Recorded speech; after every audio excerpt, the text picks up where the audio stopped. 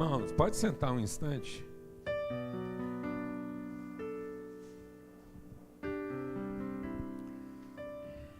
Ontem eu estava conversando com um irmão muito querido da área da adoração, do louvor. A gente teve um encontro na celebração de um casamento, o Guilherme, e eles têm um ministério na área de música, de arte. A gente estava conversando um pouco sobre arte. E eles têm um grupo chamado Obra Prima. Então ontem foi um tempo assim, muito especial lá na celebração. E eu creio que a gente precisa ressignificar na nossa vida o que representa esse tempo de adoração, né? E o que isso representa em termos de a gente ter a nossa alma purificada e lavada, porque é o resgate, né, da nossa conexão, é uma cura. A arte na nossa vida, ela tem um papel de cura, de terapêutico.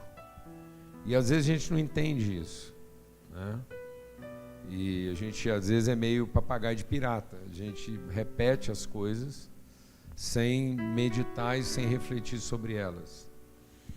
O livro dos Salmos é exatamente um livro do meio, né? Ele é um livro assim na reflexão bíblica, dos ensinamentos bíblicos, ele é aquilo que ele está lá entre os livros da sabedoria, lá do conhecimento. Então nós temos Salmos, Provérbios, Eclesiastes, que tudo arremete exatamente para esse aspecto da arte, com quanto reflexão. Na verdade, Deus se apresentou para nós cantor, né? Então, declamador. Tudo que Deus criou, Ele criou declamando, verbalizando. Então, se o judeu tivesse que desenhar Deus, ele desenharia uma boca. Então, uma boca, em tese, seria, por definição, a melhor definição de Deus. Uma boca que fala, uma boca que canta, uma boca que declama, que proclama. Por isso que Paulo diz que a melhor tradução da fé é cri, por isso falei.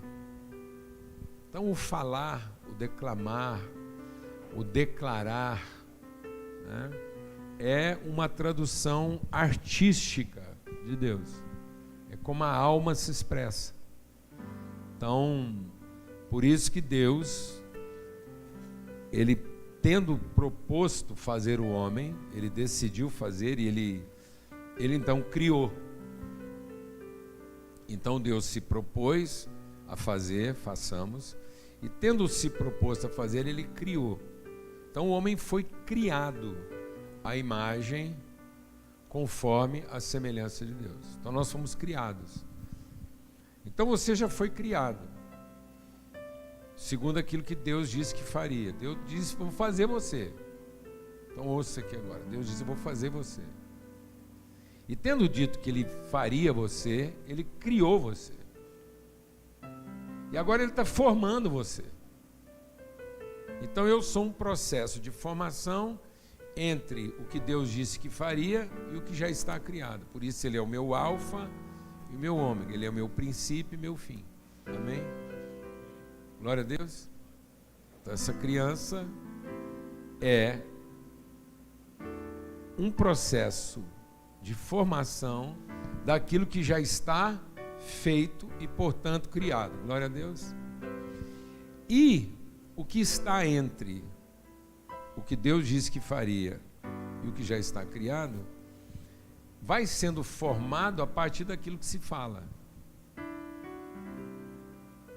que é a nossa alma. Por isso que quando Deus disse que está feito, está criado, Ele foi lá e soprou nas nossas narinas o fôlego da vida, e isso gerou nossa alma. Então, a alma humana, que é o elemento de conexão, a alma está sendo formada segundo aquilo que Deus disse que faria e segundo aquilo que já está criado.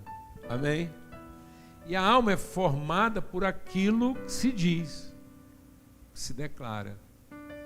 Por isso, que nós vamos nos apresentar diante de Deus segundo aquilo que se fala. O homem não vai dar contas daquilo que ele fez. O homem vai dar contas daquilo que ele disse. Como nós fomos traduzindo em fala a pessoa que nós somos. Amém? Que é a nossa alma. Por isso que a palavra de Deus diz que a boca fala do que está cheio o coração. Então, para que o meu coração seja cheio, eu preciso falar para a minha alma, para que quando a minha alma falar, ela fale segundo a pessoa que eu sou, e eu paro de falar segundo a pessoa que eu gostaria de ser. Amém? Então a arte tem que traduzir minhas convicções e não minhas distrações. E hoje a arte traduz a nossa forma de se distrair e não a nossa forma de se orientar.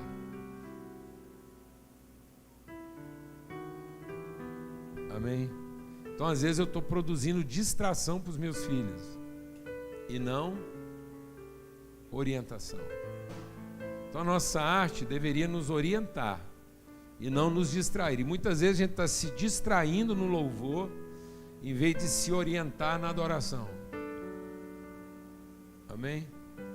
Então nós precisamos cantar e falar e declarar e pronunciar aquilo que a nossa fé conhece. Para que ao declarar isso com arte, nossa alma seja orientada e não distraída.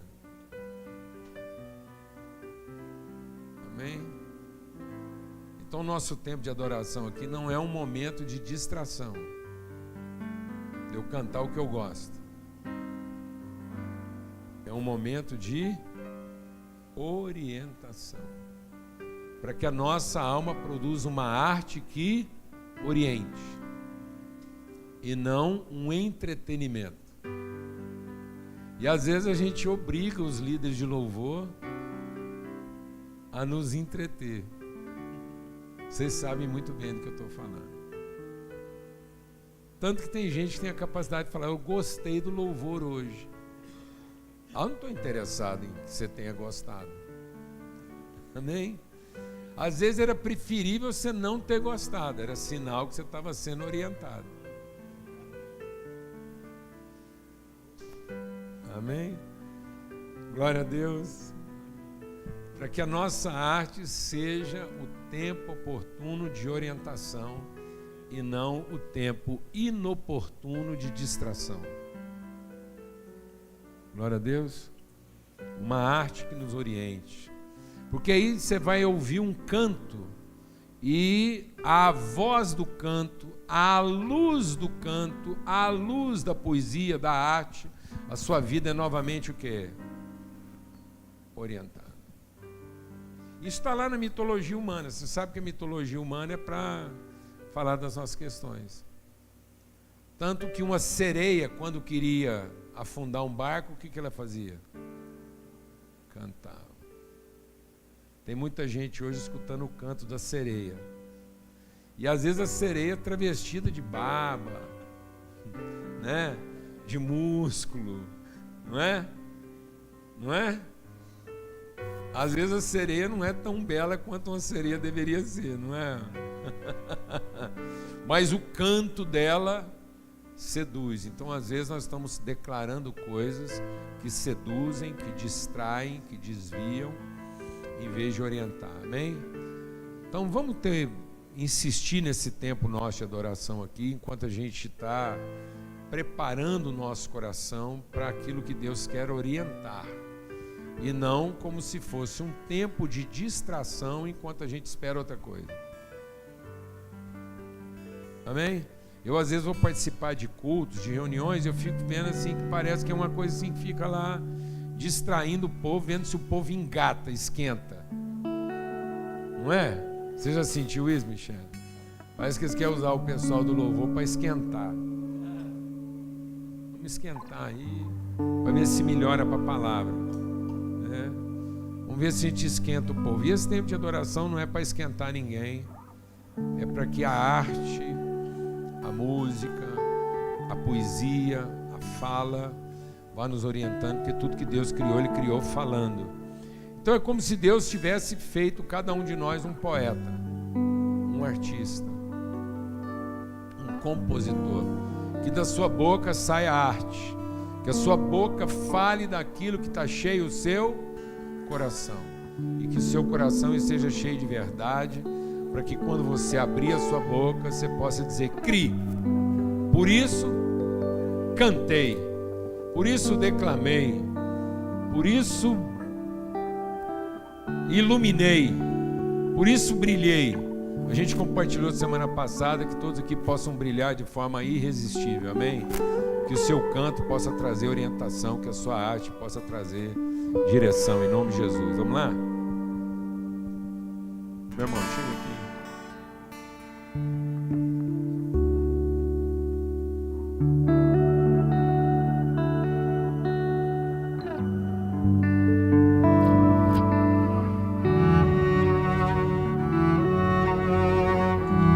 Eu acho que vou pedir uma música. Uma música. É porque eu fui muito abençoado. Porque quando eles começaram a tocar aqui, eu fui arrebatado a um lugar muito especial da minha vida, da minha casa. Um lugar muito belo, mas que naquele momento era um grande deserto. E foi a poesia, foi a música, foi a arte, foi a comunhão, foi a celebração que trouxe direção para a nossa vida e encheu no nosso coração de esperança em momentos muito difíceis. Inclusive na área da saúde, lá com a Lana, a gestação da Bebel. E eu vou pedir que o rabecão aqui, o violino, que lá onde eu morei, na Escócia, eles falam assim que todo mundo pode tocar violino. Que lá o violino, ele é uma forma de você traduzir a arte. Você pode tocar ele do jeito que você quiser e vai sair a arte dele. Hã? Porque lá eles... tanto é que o violino lá tá tudo quanto é festa. É um instrumento lá que se esfregar sai música. Então ele é harmônico por natureza lá. Então por isso que ele está em tudo quanto é festa. Então vamos repetir aquela música que você introduziu assim, bem num ritmo lá... celta. Exatamente, tá bom? Foi bem céltico aqui, o povo até começou a bater palmas. Se quiser ficar em pé e falar batendo palmas, falar dançando, fale conforme Deus moveu o seu coração. Vamos lá? Ó.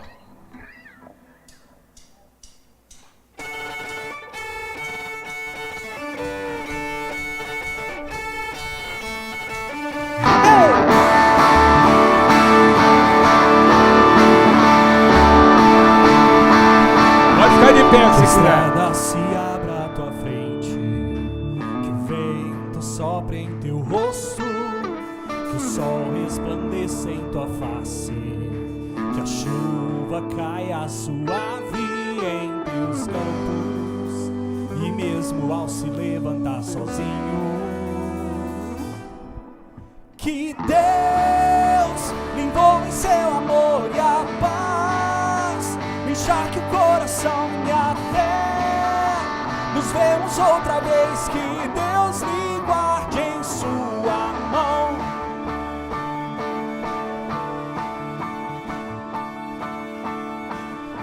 Que as gotas da chuva em teu rosto, com a brisa lhe tragam alívio, que as tarefas comuns e diárias não sejam um peso ao teu coração. E mesmo ao se levantar sozinho, se lembre que Deus me envolve em seu amor e a paz encharque o coração e até nos vemos outra vez, que Deus lhe guarde em sua mão. Que Deus me envolve em seu amor e a paz encharque o coração e até outra vez, que Deus lhe guarde em sua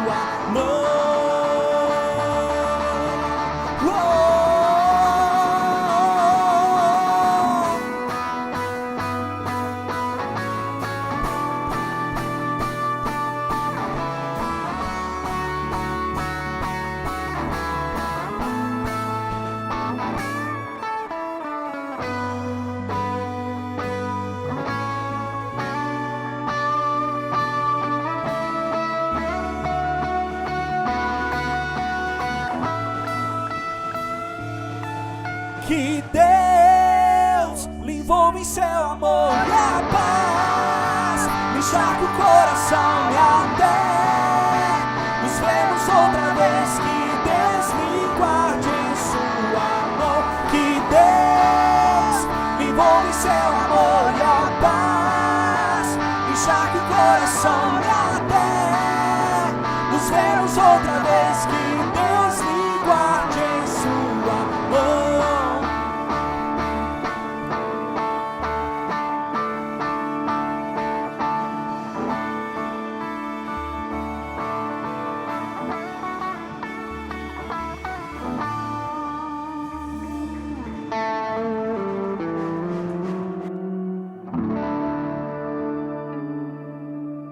Bom demais, né?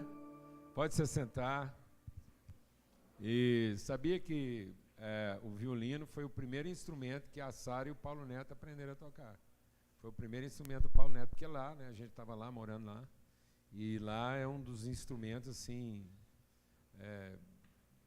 primeiro lá, né, na formação musical das crianças, os jovens lá, é o violino, porque ele está presente em tudo quanto é festa. Então lá o violino é um pouco mais descomplicado do que é aqui para nós, né? Bem mais popular. Benção. Você sabe que você estava comentando com a Michelle aí, essa coisa de quem ministra louvor às vezes tem a sensação de que está fazendo o esquenta, né? Para que vem depois. Eu me lembrei de uma situação que há muitos anos atrás, numa igreja, o pastor convidou um outro pastor que vinha de uma outra cidade para pregar, para ministrar, e aí o pastor atrasou e convidou um monte de gente, igreja cheia, né? E o pastor está atrasado e tal, aí ligou, não, mas ele está a caminho, aí chamou o pessoal do louvor, vocês continuam cantando essas besteirinhas de vocês aí, que o pessoal já está chegando. Maldade, né? Mas agora falando sério, essa questão da arte como orientação, enquanto você estava falando, eu me lembrei do Salmo 131, essa coisa da alma orientando a alma, né? Que diz assim: Senhor, o meu coração não é orgulhoso, os meus olhos não são arrogantes, não me envolvo em grandes coisas, nem coisas maravilhosas de fato para mim. De fato, é uma poesia, né? Profundamente artístico. De fato, acalmei e tranquilizei a minha alma. Sou como uma criança recém-amamentada por sua mãe. Assim é minha alma para comigo. Então a gente vê o salmista conversando com ele mesmo e ele dizendo para a alma dele: olha, não esquece não, você é como uma criança recém-amamentada. Nós precisamos lembrar a nós mesmos de algumas coisas e a arte deve nos ajudar nesse sentido, né? Deve nos ajudar nesse caminho aí, né? E as pessoas não percebem que, às vezes, quando a gente fala de arte, a pessoa pensa que tem que ser um artista, né? Não, a arte é tudo aquilo que diz respeito à nossa alma. Então, Deus nos deu uma alma artística. Então, o homem está fazendo arte, ou de boa qualidade, ou de má qualidade, o tempo todo. Tanto é que você entende que não é preciso competência. Quantas vezes uma criança faz um rabisco com 2 linhas, e aquilo é a arte que vai emocionar os pais, que vai... E aquilo... Então, o homem é artístico, é arte. Agora, se ele está produzindo isso para distrair, como distração, ou se ele está produzindo isso como fruto de orientação, e a nossa alma, ela ficou confusa, porque ela perdeu a referência do Espírito, ela perdeu a sua conexão espiritual. Então, por isso que ela se tornou tão carnal, mas ela tem memória espiritual, então ela produz hoje uma arte carnal como forma de compensar a sua desconexão. Então, a religiosidade é uma forma carnal artística, que mais distrai e corrompe do que orienta.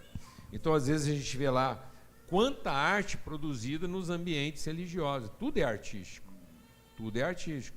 Só que, às vezes, é uma arte que corrompe, que destrói, que perturba, porque nós perdemos. E aí eu não estou poupando ninguém, a gente não pode poupar ninguém. A gente está produzindo uma arte religiosa extremamente nociva, né, porque não temos essa conexão e essa perspectiva espiritual, e a gente tem que traduzir isso de alguma forma. Então nós precisamos salvar a arte, né, no sentido de salvar a alma.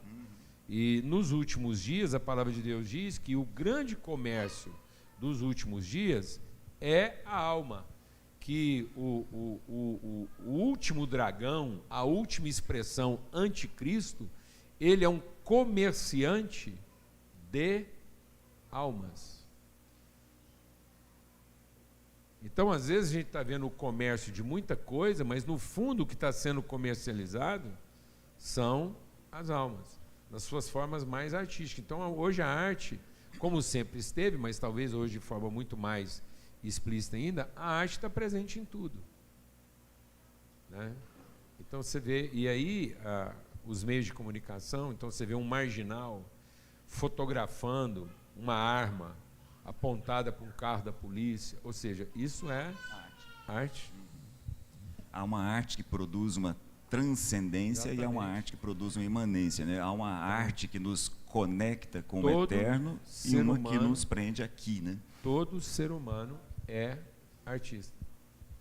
Tanto é que uma das primeiras coisas que a gente fala de uma criança desobediente é que ele gosta de fazer o quê? Arte. A gente não chega a falar que ele é artista, mas fala que ele é arteiro. Uns têm mais habilidade, inclusive, né? Esse menino é arteiro, fazedor de arte. Bom, Daniel, você pode colocar a imagem sobre o encontro de casais aí que a Débora pediu? Antes da gente começar aqui, antes que eu me esqueça, está aqui. Seguramente nós vamos ser lembrados mais algumas vezes a respeito desse encontro de casais com Paulo Júnior e Alana, falando a respeito de sexualidade, em Brasília, entre os dias 10 e 12 de março, agora próximo. Vai acontecer em Brasília, com uma série de coisas lá envolvendo um dia no barco, aquela coisa toda que a gente já viveu em outros momentos, você principalmente. Muito, né? Bom, muito bom. Enfim, as inscrições são com a Maísa, ela vai estar chegando aqui entre o primeiro e o segundo culto, entre a primeira e a segunda reunião. Aos interessados, já deixa lá seu nome, até porque não são muitas vagas, ok? Deixa na sua agenda aí, sugiro a todos os casais. R$ 2.600, all inclusive, né? Então, assim, você vai estar participando lá durante o retiro, muito legal, muito bom, e você vai se surpreender com Brasília como um lugar de encontro de casais, e assim, uma pegada bem romântica, bem interessante, e muito bom, posso te garantir. Muito bom. Bom, eu quero conversar com vocês aqui hoje, nós vamos conversar aqui hoje. Eu queria começar essa conversa em Mateus capítulo 6, se você puder deixar aberto aí. Jesus vai falar a respeito das chamadas obras de justiça, não são obras de injustiça. Mateus capítulo 6, deixa aí ligado ou aberto, se você preferir, do jeito que você achar melhor aí. Eu gostaria de compartilhar com vocês aqui algo muito meu mesmo, algo muito íntimo. Entre o Natal e o Ano Novo, eu fui surpreendido com duas notícias. Uma primeira notícia envolvendo questões empresariais e uma surpresa muito grande em relação ao tempo. Não daria tempo de ter que fazer o que tinha que ser feito. E na mesma semana recebi também uma notícia a respeito do diagnóstico de uma jovem, também falando a respeito do tempo, que o tempo que ela tem não é o tempo que nós imaginávamos que ela teria. E essas coisas mexeram muito comigo entre o Natal e o Ano Novo, de férias, lá em Florianópolis. Daqui a pouco o Renan vai estar aqui com a gente, né, compartilhando, estava lá, e com tempo para pensar a respeito da falta de tempo que algumas coisas colocam para a gente. E eu queria compartilhar com vocês o consolo que veio de Deus na minha vida durante essa semana em função dessas coisas, em função do que aconteceu, porque naquilo em que a gente é consolado, a gente consola. Então eu espero também consolar vocês com essa avaliação a respeito do tempo. Antes da gente ir para Mateus aí no capítulo 6, eu quero lembrar vocês algumas coisas que a gente se propõe a fazer quando a gente está aqui. Quando a gente está aqui nessa mesa, quando a gente está aqui adorando, quando a gente está aqui louvando, quando a gente está aqui cantando, quando a gente está aqui falando de avisos de um encontro de casais. Me marca muito aquele episódio em que Nicodemos procura Jesus para uma conversa, e eles começam aquela conversa que a gente conhece muito bem, uma conversa muito conhecida, em que Jesus diz para Nicodemos que ele deve nascer de novo. A expressão nascer de novo ali, corretamente traduzida como nascer de novo, tem uma outra possibilidade, que é nascer do alto. Então, quando Jesus diz para Nicodemos, Nicodemos, você precisa nascer de novo, há uma leitura, uma tradução equivalente que é, Nicodemos, você precisa nascer do alto. E ele fica naquele embate, né, mas o que é que você está querendo dizer? E Jesus diz para ele assim, Nicodemos, você é mestre em Israel. Como é que eu vou conversar com você a respeito das coisas celestiais, se a gente não está conseguindo conversar aqui a respeito das coisas que são terrenas? Então, Nicodemos, você que é mestre em Israel, queria te lembrar, Moisés um dia fez uma serpente. Essa serpente foi levantada na ponta de uma madeira, para que as pessoas olhassem para essa serpente, Nicodemos, e pudessem sair desse plano para um outro plano. É exatamente o que vai acontecer comigo, Nicodemos. Eu também vou ser levantado, semelhante àquela serpente, para que todo aquele que olhar para mim tenha vida que não esteja presa ao tempo, mas uma vida que é eterna. Dentro desse mesmo contexto, dentro da mesma linhagem, no mesmo capítulo, inclusive, Jesus começa a batizar algumas pessoas na mesma região em que João Batista está batizando. E o pessoal vai conversar com João Batista. João, como é que é isso? Jesus também está batizando. E aí João diz aquela frase que todo mundo deve conhecer, bem conhecida, não, é isso mesmo, convém que ele cresça, que eu diminua. E aí João Batista diz assim, porque aquele que veio dos céus, aquele que veio do alto, tem coisas para dizer e para ensinar que só ele que veio de lá pode. Quando nós nos reunimos aqui, uma das coisas que a gente procura fazer é exatamente essa reflexão. A reflexão a respeito das coisas que não passam. A reflexão a respeito do que é eterno. A reflexão a respeito das coisas que são do céu. E aí, como a gente já conversou aqui algumas vezes, é importante que a gente tenha em mente, o Novo Testamento fala muito a respeito dos dois universos, o céu e a terra. A terra não é simplesmente o planeta Terra, até porque no Novo Testamento não havia consciência de planeta Terra. A terra não é simplesmente o lugar onde as pessoas pisam. A terra no Novo Testamento é o universo visível. Assim como o céu no Novo Testamento, a expressão utilizada aqui por Jesus, né, ao falar das coisas celestiais, é uma expressão muito interessante. O original é epi-ouranos, é a junção de duas palavras. Ep é o que está acima, ouranos é céu, então é o que está acima do céu. Ourano é de onde vem Urano, o planeta. Epi é tudo aquilo que está acima. Por exemplo, epitáfio é o que está acima do túmulo. Epidemia, epi acima demos povo, é o que está acima do povo, uma doença que está acima de todo mundo, né? Epílogo ou epígrafe, o que está acima do texto. Epi-ouranos são as regiões celestiais, ou seja, aquilo que está acima do que os nossos olhos podem ver. Quando nós nos reunimos aqui, nós nos reunimos estando na terra para pensar a respeito das coisas que são do céu e são eternas. É sobre esse o nosso objetivo aqui muitas vezes. E aí, a partir da terra, raciocinar o céu, e a partir de quem está no céu, repensar a terra, né?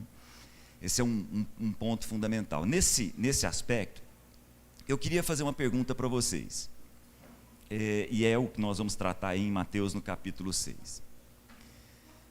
Será que há alguma coisa que nós podemos fazer na terra e que Deus do céu possa nos recompensar? Não responde não, só pensa comigo. Eu vou repetir. Será que, se eu for generoso aqui na terra com as pessoas próximas, será que, de forma genuína, eu me dedicar à oração, será que se eu me dispuser de maneira muito honesta a alguma forma de sacrifício aqui na terra, será que do céu eu posso receber alguma coisa da parte de Deus? É o texto que nós vamos ler agora. Antes da gente ler esse texto, eu queria fazer uma provocação aqui mesmo, para mexer com a nossa cabeça. Paulo, escrevendo aos Romanos, diz assim: ó profundidade da riqueza e do conhecimento. Isso vira um cântico, inclusive. Quão profundos são os juízos de Deus, quão profundos são os pensamentos de Deus. E aí ele usa um texto literal de Jó. Ele diz assim: quem foi que lhe deu primeiro para que ele tenha que recompensar?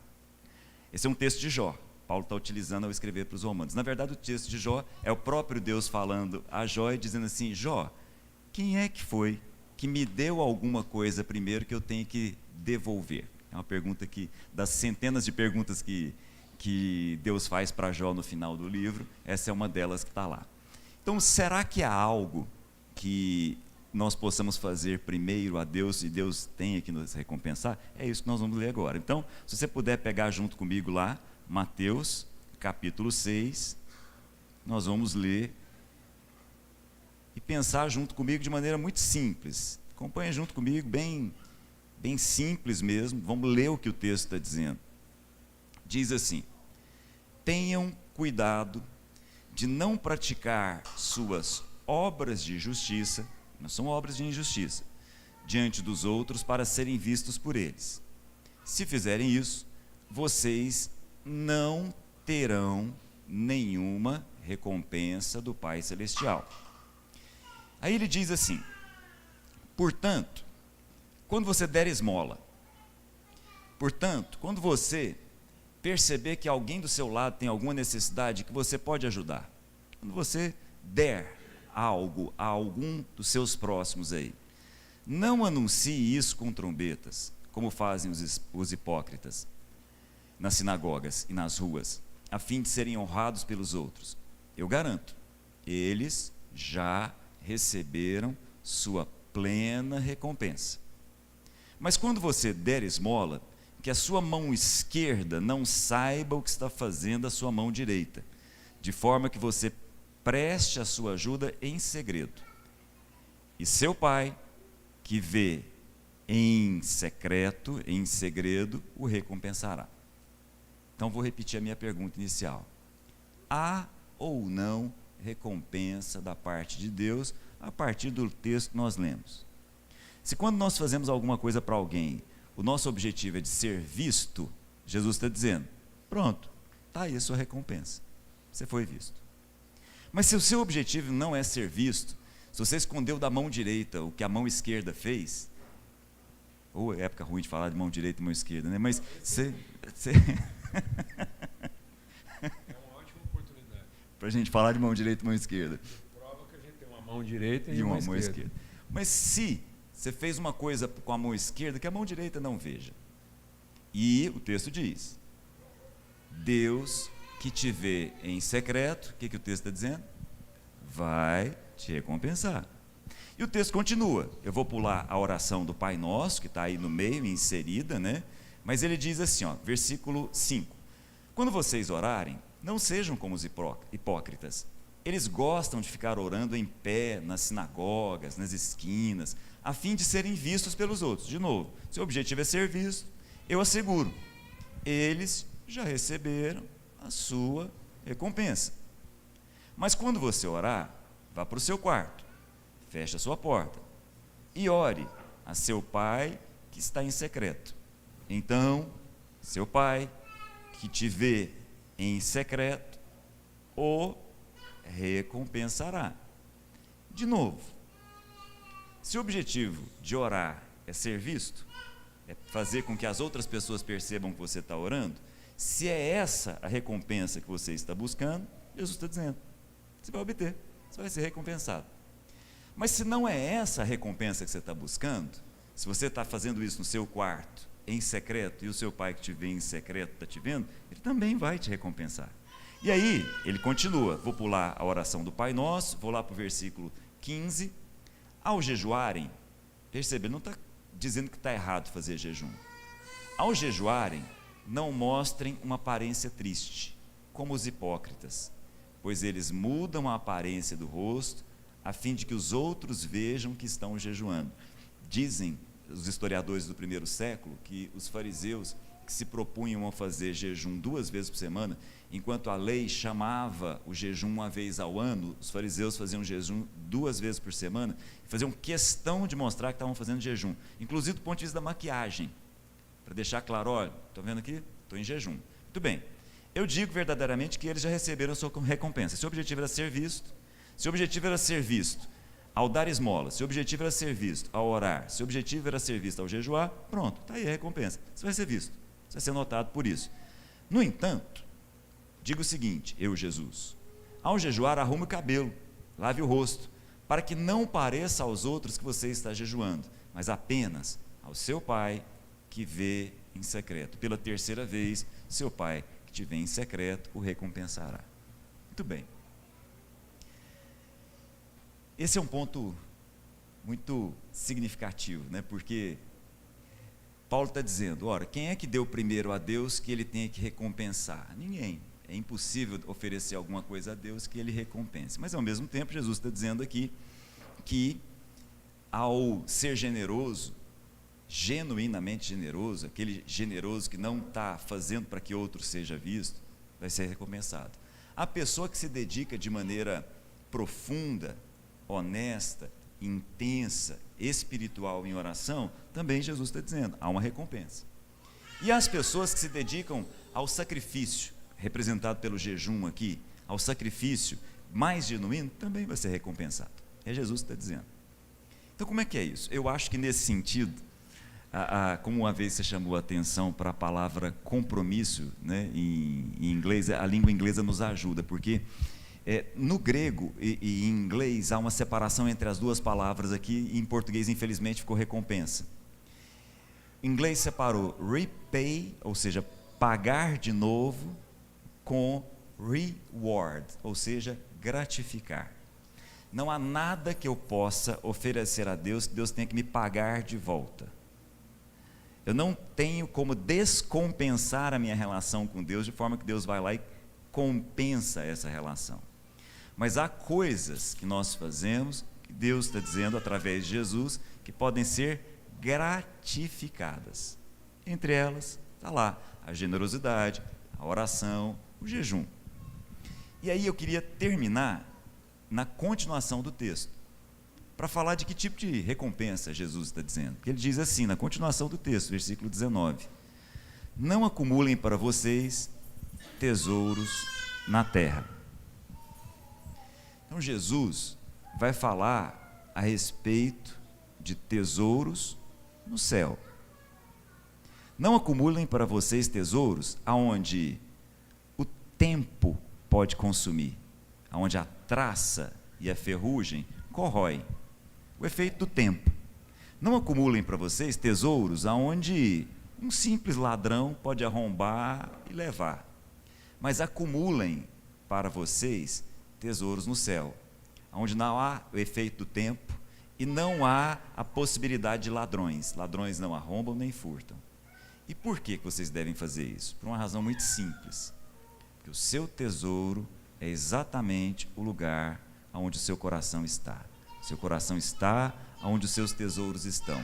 Se os seus tesouros estão aqui na terra, se você está preso ao que é da terra, você e o seu coração estão aqui da terra. Se você aprende a guardar tesouros e a guardar aquilo que Deus te dá no céu, é exatamente lá onde o seu coração também vai estar. Isso me chama muita atenção, terminando de onde eu comecei, porque é muito interessante pensar que é possível da terra guardar tesouros no céu. É possível a nós que estamos aqui agora na terra guardar tesouros aonde o tempo não passa. E eu acho que essas coisas ficam muito claras exatamente quando a gente percebe que não tem mais tempo. Num leito de morte, quando a pessoa pensa, bom, eu tenho aqui algumas horas de vida, ou tenho um dia de vida, ou eu tenho alguns meses de vida, que tipo de tesouro será que a pessoa vai querer? tem um vídeo do Cortella que circula aí, muito legal, você já deve ter visto, né, que ele diz assim, de maneira intensa, daquele jeito dele. Aliás, ele parece muito com você. Eu encontrei com o Cortella uma vez num restaurante em São Paulo, ele estava lá com uma bengala parecida com a sua, inclusive. Falei, essa voz eu conheço. Falei para ele, claro, estou na CBM o tempo inteiro, e começamos uma conversa muito simpática, muito agradável. Mas ele diz assim, num leito de morte, quando é que uma pessoa que está percebendo o fim da vida agarra nas mãos do enfermeiro, do médico que está ali, e fala assim, doutor, dá um jeito, me arruma mais uma hora de vida, porque eu quero maltratar mais alguém. Doutor, me dá mais um dia de vida, que eu quero fazer mais maldade, eu quero humilhar mais alguém, eu quero brigar com mais alguém, né? Quando que alguém vai falar um negócio desse, né? Ele diz assim, o que? E ele fala para os profissionais da área de saúde, ele fala assim, quem é da área de saúde sabe, a pessoa gruda na mão e diz assim, puxa, como eu queria ter mais um dia de vida para voltar a conversar com meu irmão, que eu não converso há 10 anos, porque a gente brigou e não conversa mais. São essas coisas que as pessoas, quando estão próximas da morte, começam a pensar. Puxa, queria mais um dia para brincar com os meus filhos, porque eu achei que não tinha tempo para brincar com eles. Eu queria mais uma hora para dizer para minha esposa que eu a amo. Porque eu devia ter dito mais vezes, mas eu achei que se eu falasse demais, ela ia ficar mal acostumada. Mas, enfim, no leito de morte, nós começamos a perceber que é possível da terra guardar tesouros no céu. E a gente tem que lembrar que o nosso Pai está no céu. Nosso Deus é Espírito. Ele nos abençoa, nos gratifica, em especial com o que é espiritual. E eu queria terminar fazendo essa pergunta para vocês, que é a pergunta que eu estou fazendo para mim mesmo. Se o próprio Deus aparecesse para nós aqui e falasse assim, Cláudio, Paulo Júnior, vou te dar um presente, vou te dar um tesouro. Você escolhe, pode ser aqui na terra ou pode ser lá no céu. E agora? Cláudio, e aí? Que presente que você quer? Que coisa valiosa eu posso te dar? Posso te dar uma casa. Posso te dar uma viagem pelo mundo. Posso te dar um tesouro, porque essas coisas têm valor aqui na terra. Mas eu também posso te dar alguma coisa para a eternidade. E aí, gente, eu não estou falando de vida eterna. Estou partindo do pressuposto que nós, que temos vida eterna, buscamos coisas que são eternas. Não é da vida eterna que eu estou falando. É outra coisa. Estou falando de coisas, de valores que são eternos. É esse o ponto. Do que é que nós falaríamos com Deus? Essa é uma pergunta importante, né? Essencial. Eu até quero fazer uma coisa, Cláudio. Eu vou ler o texto que Deus colocou no meu coração para repartir aqui hoje, para testificar para todo mundo que o Espírito é o mesmo e para onde que Ele quer nos conduzir. Lá em 1 Tessalonicenses, capítulo 5, e aí ele está falando exatamente a respeito dos tempos e das estações da vida. E ele está dizendo, vocês, irmãos, que já não estão em trevas. Versículo 1? Não, eu estou no capítulo 5 e estou falando aqui do capítulo, versículo 4. Ele está falando exatamente de como a gente percebe o eterno. E ele diz, olha, vocês têm que perceber o eterno como alguém que já não está em trevas. Amém? Então é isso que ele estava falando para Nicodemos. Nicodemos, viva a vida como quem vê do alto. E não viva a vida como quem vê de baixo. Viva a vida como quem pode descer. Mas não viva a vida como quem quer subir. Então o grande mal da humanidade hoje é que nós lidamos com uma população emergente. Todo mundo está querendo subir na vida. Sendo que o grande segredo da nossa vida era formar pessoas que queiram descer na vida. Quem está querendo subir na vida é lago. Quem está querendo descer na vida é rio. E Deus não é lago, é rio. Quem está querendo ser lago é o capeta. Quem quis subir na vida foi Lúcifer. Quem quis descer na vida foi Cristo. Amém, irmão? Então você está formando um filho para ele subir na vida,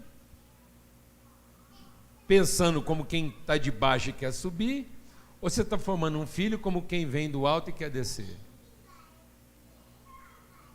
Forte isso. Muda tudo. Então nós estamos formando um povo emergente, que está encontrando no dinheiro uma forma de quê? Subir na vida. E não está encontrando no dinheiro uma forma de descer na vida.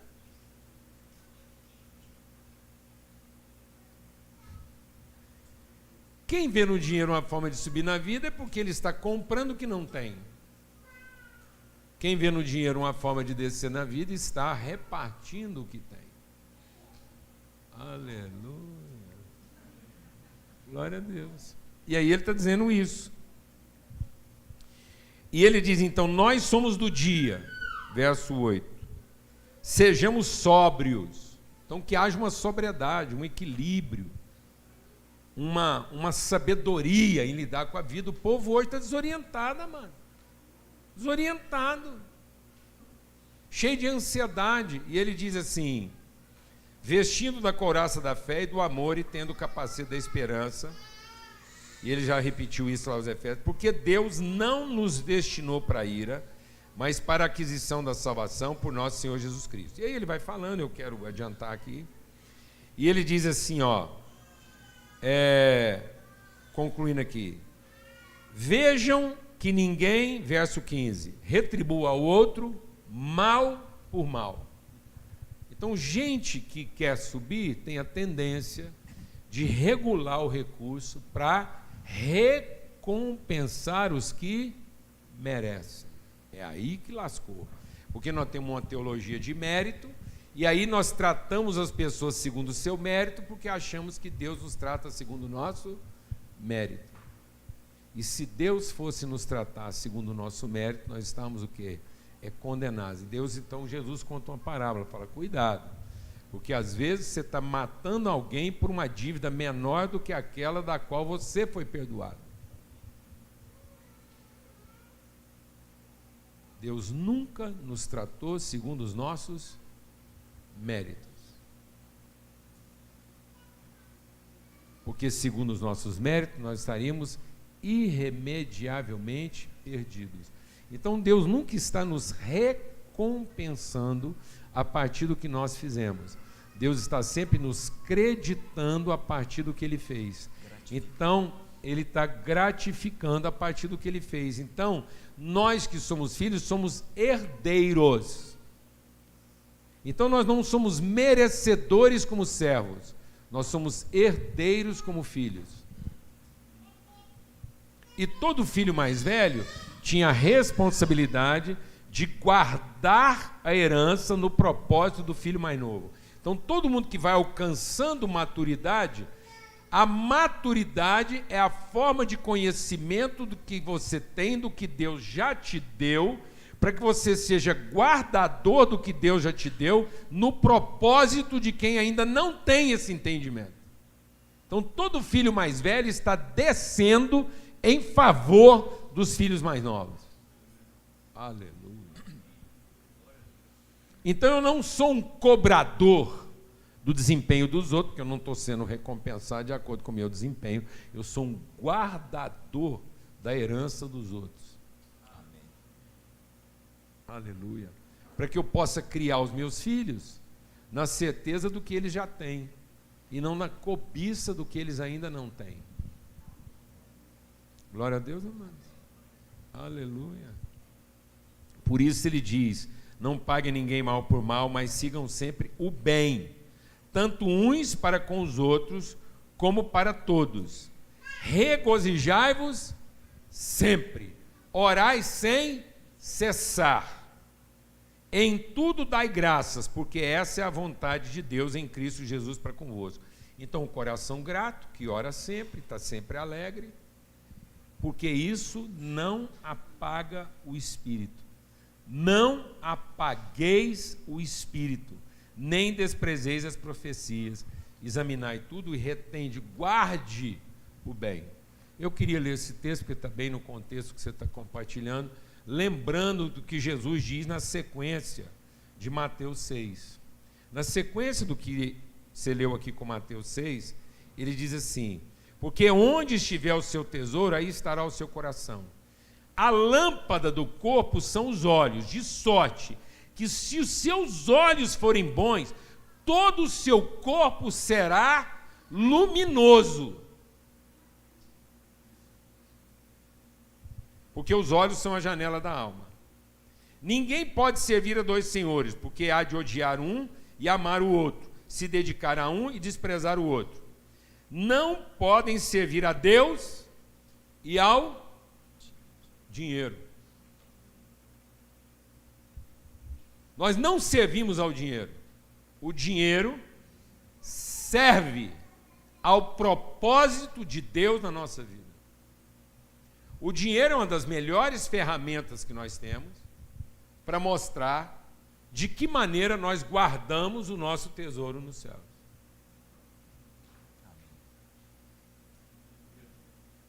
O dinheiro traduz o meu olhar.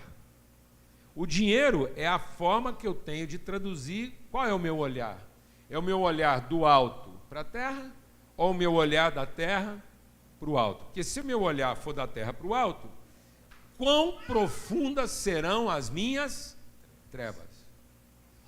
Se tudo que eu tenho na vida é cobiça, todo o meu corpo é escuridão. Eu não consigo iluminar ninguém. Eu apaguei o Espírito. E esse apagar o Espírito não é que eu fui lá e desliguei o Espírito, porque ninguém pode apagar o Espírito. Mas eu estou pondo uma coberta sobre o Espírito que está em mim. Eu encobri o Espírito. Eu fiz o que Jesus diz que ninguém pode fazer. Ninguém, ao acender uma candeia, coloca sobre ela o quê? Uma tampa. E muita gente está colocando uma tampa sobre o Espírito que há nele. Ele é um filho, mas ele é um filho encoberto. E às vezes o que nós estamos fazendo com os nossos filhos? Nós estamos colocando uma tampa sobre eles. E aí nós estamos apagando a luz do Espírito que há neles. Nós estamos trazendo sobre o olhar deles o que? Escuridão. Então ele diz: quão profundas serão as suas trevas. Não andeis ansiosos quanto à vossa vida, quanto ao que você vai comer ou beber, nem o que você vai vestir, porque a vida é mais do que o alimento e o corpo mais do que a vestimenta. Meu irmão, que evangelho nós estamos vivendo, amados? 100% da preocupação das pessoas hoje é quanto ao que comer, o que vestir, onde morar, o que vai ter, que tipo de garantia. Então nós estamos vivendo a vida para garantir um futuro. Toda a nossa capacidade artística. Nós estamos cantando o canto da sereia, nós estamos cantando para seduzir as pessoas, para que elas se sintam devedoras a nós de alguma coisa.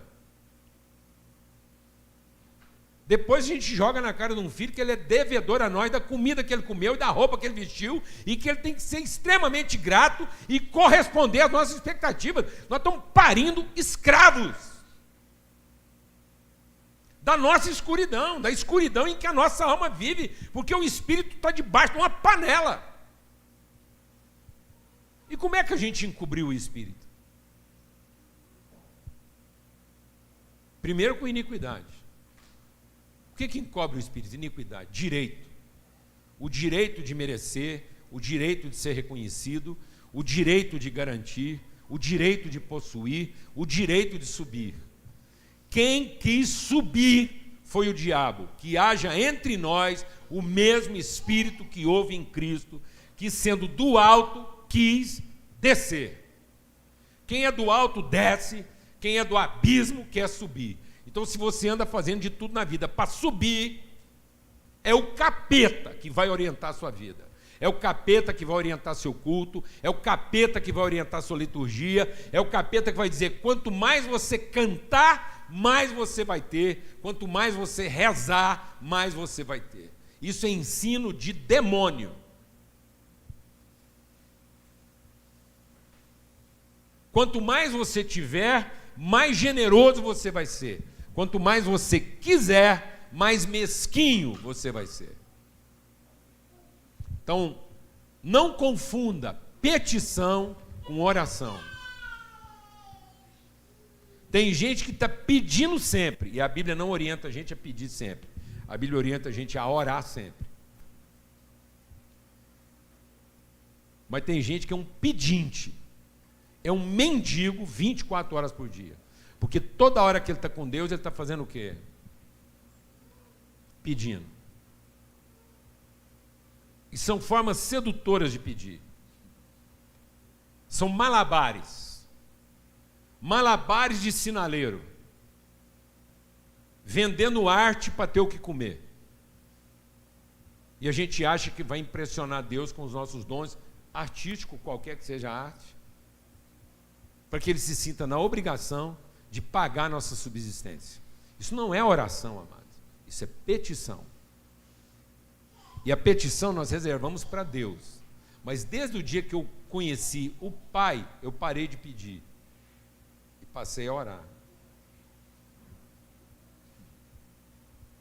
Amém? Desde que você conhece o Pai, você para de pedir para Deus e começa a conversar com o Pai. Porque aí você sabe que com o Pai você não precisa pedir, você só precisa conversar. Glória a Deus. Então a oração é para você conversar com o Pai. Então você ora sempre. O Paulo fala assim, qual que é o seu momento de oração? Eu falo 24 horas por dia. Porque 24 horas por dia eu quero conversar com quem? Com o Pai. Ah, que isso? Eu posso contar um testemunho aqui ontem, porque ontem aconteceu uma coisa surreal. Eu estava conversando com um irmão a respeito de revelação.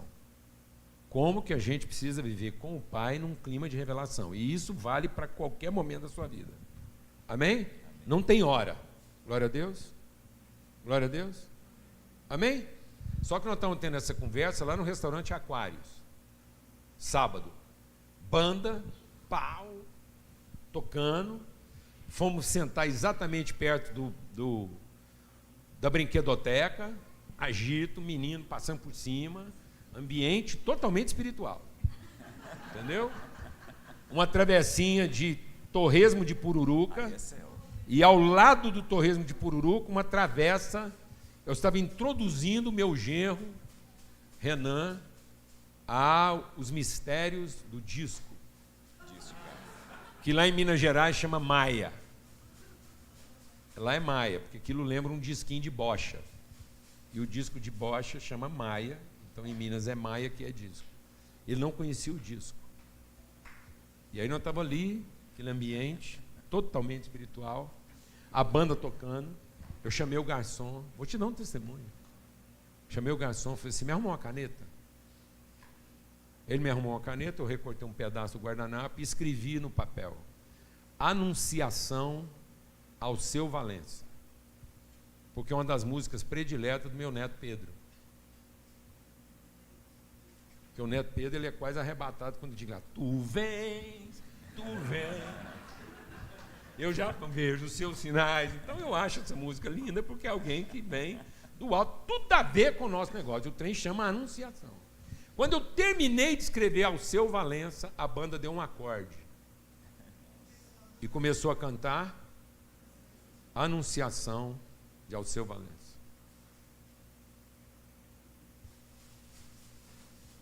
Eu chamei o garçom, mostrei para ele o bilhete. Eu falei, obrigado pela caneta, o bilhete está escrito, mas não vai precisar de se levar porque eles estão tocando.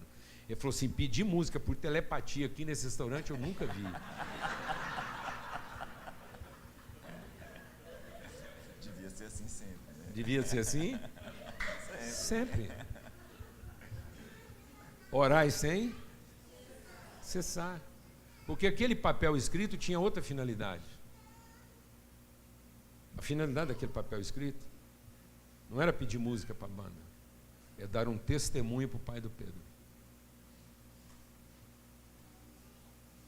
Que nós não somos aqueles que estão à procura do que nós não temos. Nós somos os gestores e os guardadores daquilo que já nos foi dado. Glória a Deus, amados. E aí nós temos uma dificuldade com o termo guardar. Talvez o nosso problema é porque a gente significou mal a palavra guardar. Porque a gente pensa que guardar é proteger e não significar. O diabo corrompeu na nossa vida o sentido da salvação. Porque a gente traduz salvação como quem guarda protegendo e não como quem guarda entregando ao seu propósito. Por isso que nós somos os guardadores dos tesouros celestiais, porque nós temos que garantir que esses tesouros cumpram na nossa vida o seu propósito, para que quando eu terminar a minha vida, a minha despensa celestial esteja totalmente esvaziada, porque ela foi totalmente distribuída. E aí qual vai ser o meu galardão? Eu chegar lá na eternidade e o Pai falar para mim, gastou bem. Vamos lá que eu quero te mostrar a sua despensa, não ficou nada. Esse é o seu galardão. A alegria de que você combateu o bom combate, de que você cumpriu o seu propósito, e você não protegeu coisa alguma, você guardou bem todas as coisas. Porque ele colocou nós num jardim onde estava tudo pronto e falou assim, agora sabe o que você faz nesse jardim? Você só cultiva e guarda. E aí nós achamos que o jardim era para proteger e não para cumprir um propósito. Aí nós viramos protetores de mangueira e não distribuidores de manga. Sabe quem está comendo nossas mangas? Os passarinhos, os bichos.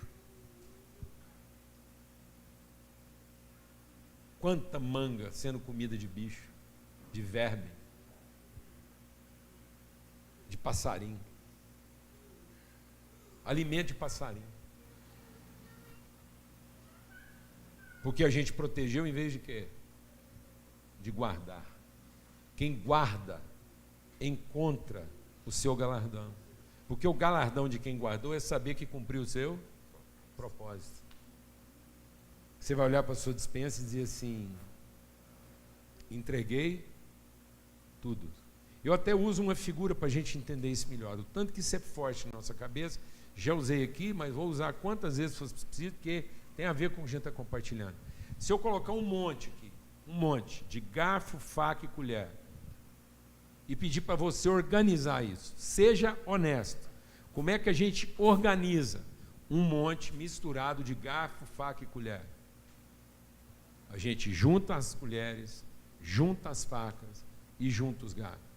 Por que ninguém perguntou organizar para quê? Porque já está inculcado na nossa cabeça que toda forma de organização é para proteger e não para cumprir um propósito. É para guardar como quem protege e não para guardar como quem cumpre um destino. E aí, se você me perguntar organizar para quê, eu falo assim, para servir um jantar e não para pôr na gaveta. Aí mudou sua configuração de organização, porque agora você vai pôr uma colher, com um garfo e com a faca juntos. Você não vai proteger as colheres com as colheres, você não vai proteger os garfos com os garfos e nem vai proteger as facas com as facas. Você vai expor a faca a um garfo, você vai expor uma colher a uma faca e você vai gerar um conflito. Você vai colocar uma faca convivendo com um garfo que é conflitante, você vai colocar uma colher que ajunta convivendo com uma faca que parte, isso é extremamente conflitante. Porque você está guardando o propósito. E não protegendo o futuro das colheres, o futuro dos garfos e o futuro das facas. Nós não estamos aqui para proteger o futuro de ninguém. Nós estamos aqui para guardar o destino de todo mundo. Amém. Aleluia. Glória a Deus, amados. Amém. Porque é assim que a nossa luz vai brilhar. Assim brilhe a nossa luz. Então, o que compromete esse brilho? Sabe o que compromete esse brilho? A iniquidade, o direito. Havendo iniquidade vai haver o quê? Ansiedade. Então, todo mundo que está na defesa do seu direito futuro é ansioso em relação a ele. E aí, sabe o que você vai encontrar no futuro de um ansioso? Exatamente aquilo que ele tinha medo. Porque sabe o que quebrou a cabeça do Jó? Ele falou assim, gente, eu vivia pedindo as bênçãos de Deus e sabe o que o futuro me reservou? Tudo aquilo que eu tinha medo. Então sabe a doença que você sempre tinha medo? Está vindo por aí. Sabe o problema que você sempre achou que não ia dar conta? Calma, ele está vindo por aí. Você vai ficar livre desse medo. Já já você vai ficar livre de tudo aquilo que você tem medo. Porque Deus vai providenciar que todos os seus medos venham até você. Para que você possa atravessar o vale dos seus medos.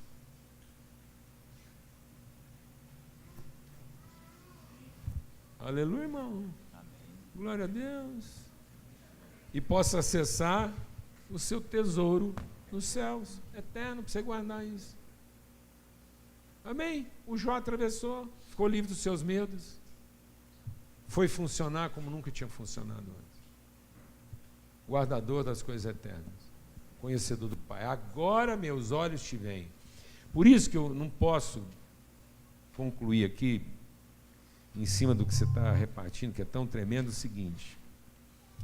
Quando Jesus fala com Nicodemos e fala assim, Nicodemos, sabe como a serpente foi levantada? Assim o Filho do Homem será levantado.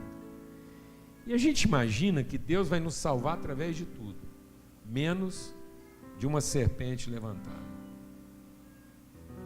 Por que que Deus usou como símbolo de Cristo aquilo que nos feriu?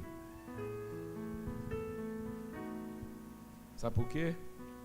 Porque Jesus levanta na cruz tudo aquilo que nos envergonha e atemoriza. Jesus não veio para esconder nossos medos e nem para nos proteger deles. Jesus veio para expor nossos medos e nos expor a eles. O medo de ser fraco, o medo de ficar pelado na frente dos outros, o medo de ser confundido com outra coisa, o medo de ser mal entendido por quem você mais ama, o medo de ser abandonado por quem você mais precisa. Então, quando Jesus foi levantado na cruz, ele não parecia um salvador, ele parecia uma serpente. Não vimos nele beleza que nos agradasse, porque ele estava nos expondo, mas ele estava dizendo, sabe, os seus medos estão aqui todos expostos e todos vencidos. A serpente foi levantada e crucificada, e tudo aquilo que te amaldiçoava foi removido. Para que daqui para frente você nunca mais pense como quem pensa de baixo para cima, mas você pense como quem pensa do alto para baixo. Guarde, não como quem protege, mas guarde como quem destina. E aí eu termino dizendo o seguinte, sabe qual a melhor maneira de guardar um pão? Não é no freezer, é num lanche à tarde. Porque todo pão repartido num lanche à tarde já cumpriu o seu propósito e está eternamente guardado. Estou para fazer 66 anos de idade e vocês estão diante aqui de um leite guardado há 66 anos. Até hoje tem sinais do leite que eu mamei assim que eu nasci. Vocês estão diante aqui de toda a couve que eu fui obrigado a comer por causa da minha anemia. Vocês estão diante de toda a gemada que eu aprendi a bater quando nem 10 anos de idade eu tinha, por conta da minha bronquite asmática. Eu era o rei da gemada. Nem minha mãe, que me ensinou, sabia fazer a gemada que eu fazia, que depois que eu aprendi, ela pedia para mim fazer a gemada dela.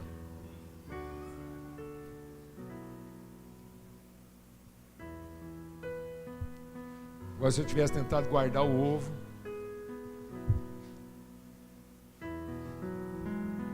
não tinha química nesse mundo que ia guardar esse ovo. Perdido. Irremediavelmente perdido. Amém? Glória a Deus, amados. Então seja o guardador das coisas eternas, mas não seja o protetor das coisas temporais. Amém? Olha que bênção. Glória a Deus. Que o amor do Pai, a graça bendita do Filho, a comunhão do Espírito Santo, a luz do Evangelho brilhe em nós e através de nós hoje e sempre. Amém E amém, graças a Deus. Não sai com pressa, não vamos ser ministrados aqui, assim, em paz. Que essa palavra desça ao profundo do nosso coração. Amém? Glória a Deus.